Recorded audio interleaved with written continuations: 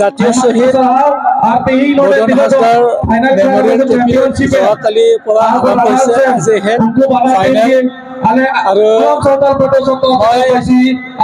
বদন হাজদা ডাঙৰীয়াৰ যিটো আত্মা সৰ্বতে ভালভাৱে ষ্টাৰ্ট কৰে তাৰ কাৰণে প্ৰাৰ্থনা কৰিছোঁ। এইটো আজি যে এইটো ডাঙৰ উদ্যোগ হ'লে এইটো আমাৰ বিচাৰৰ কাৰণে সমাজৰ কাৰণে ৰাইজৰ কাৰণে এটা ডাঙৰ এটা ভাল মেছেজ। এই ফুটবল টুৰ্ণামেণ্টৰ যোগেদি আমাৰ অঞ্চলত এটা উচ্চ যোগোৱা হৈ গ'ল। প্ৰজন্মৰ কাৰণে এইটো এটা ডাঙৰ এটা মেছেজ হৈ গ'ল। আমি ভাবোঁ যে বিটিআৰ অঞ্চলত প্ৰমোদ বড়ো ডাঙৰীয়াৰ নেতৃত্বত এই 2.5 বছৰ 3 বছৰত ইয়াত শান্তি আহিল, এইটোৱে প্ৰমাণ। আৰু এইটোৰ জৰিয়তে আমি ক'ব পাৰে এইটো পৰিৱৰ্তন। ইয়াত সকলো প্ৰেমী হওক, সকলো জাতি জনগোষ্ঠী ইয়াত আগবাঢ়ি আহি চালে যে এইটো আমাৰ মাজত সমন্বয়ৰ কথা।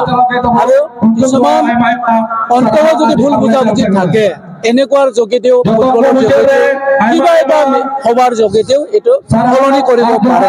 এইটো আমাৰ কাৰণে এটা অত্যন্ত গুৰুত্বপূৰ্ণ আৰু এইটো এটা ডাঙৰ এটা পৰিৱৰ্তনৰ এটা মেছেজ। সেইকাৰণে উন্নয়ন হ'বলৈ লাগিছে, শান্তি স্থাপন হৈ গ'ল আৰু শান্তি স্থাপন আমি সকলোৱে কৰিব লাগিব। সেইকাৰণে মই আশোক ধন্যবাদ জনাইছোঁ।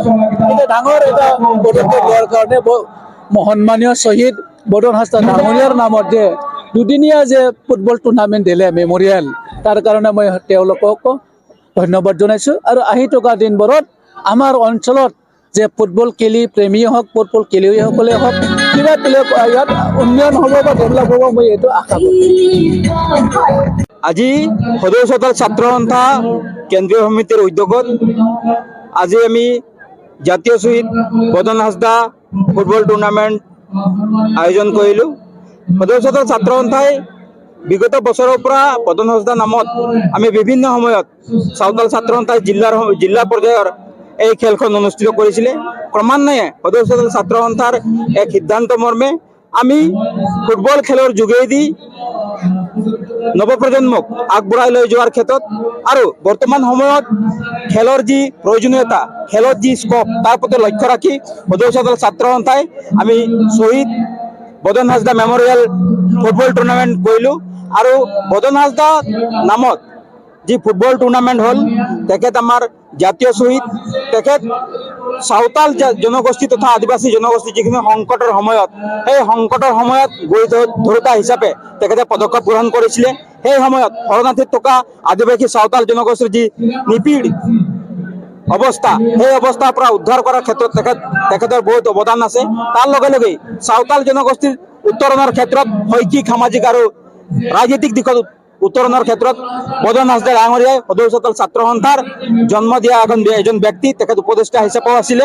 আৰু তেখেত যিহেতু BTC ইণ্টাৰিম যেতিয়া গভৰ্ণমেণ্ট হৈছিলে তেতিয়া তেখেত EM হিচাপে আছিলে। আৰু তেখেতৰ এই পাৰদৰ্শিতাৰ কাৰণে BTC চৰকাৰে এঞ্জেল অফ পিচ এণ্ড ইউনিটিৰ নামেৰে নামাকৰণ কৰিছিলে।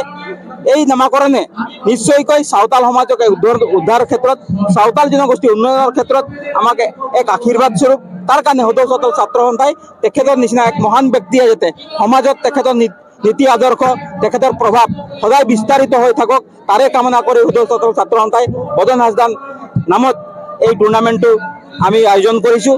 তাৰ লগে লগে যিহেতু নৱপ্ৰজন্মই খেলৰ প্ৰতি অধিককৈ আকৰ্ষিত হৈছে, তাৰ প্ৰতি লক্ষ্য ৰাখি সদৌ চতাল ছাত্ৰ সন্থাৰ এটাই লক্ষ্য যে উঠি অহা প্ৰজন্মই বদন হাজদা ডাঙৰীয়াক জানক, তাৰ নীতি আদৰ্শক জানক, তেখেতক জীয়াই ৰাখক। তাৰ লগতে এক নিজৰ কেৰিয়াৰ বনাবৰ কাৰণে বদন হাজদা মেমৰিয়েলৰ যোগেদি, ফুটবল খেলৰ যোগেদি গঢ়ি উঠক তাৰে কামনা কৰি সদৌ চতাল ছাত্ৰ সন্থাই আয়োজন কৰিছে। আজি যোৱাকালিৰ পৰা অনুষ্ঠিত হোৱা 18 তাৰিখৰ পৰা অনুষ্ঠিত হোৱা এই বদন হাজদা মেমৰিয়েল দুদিনীয়া টুৰ্ণামেণ্টত 8টা জিলা সমিতি অংশগ্ৰহণ কৰিছিলে। তাৰে 6টা সদৌ চতাল ছাত্ৰ সন্থাৰ জিলা সমিতি আছিলে, 2টা যিহেতু তেখেতৰ শান্তি আৰু সমন্বয়ৰ প্ৰতীক, তাৰ প্ৰতি লক্ষ্য ৰাখি সদৌ চতাল ছাত্ৰ সন্থাই ৰাভা জনগোষ্ঠী ৰাভা ছাত্ৰ সন্থাৰ তৰফৰ পৰা এটা দল আৰু নিখিল বড়ো ছাত্ৰ সন্থাৰ তৰফৰ পৰা এটা দল, 2টা দলক সমন্বয়ৰ প্ৰতীক হিচাপে লৈ আমি এই খেল আয়োজন কৰিছিলোঁ। আৰু ইয়াত অতিকৈ ৰোমাঞ্চকৰ খেলৰ মাজতে ইতিমধ্যেই সদস্য দল ছাত্ৰ সন্থা চিৰাং জিলা সমিতিয়ে জয়লাভ কৰিলে আৰু নিখিল বড়ো ছাত্ৰ সন্থা আঞ্চলিক সমিতিয়ে ৰেফাৰেন্স কৰা বঞ্জাৰ কমিটিয়ে ৰানাৰ্ছ আপ হ'ল।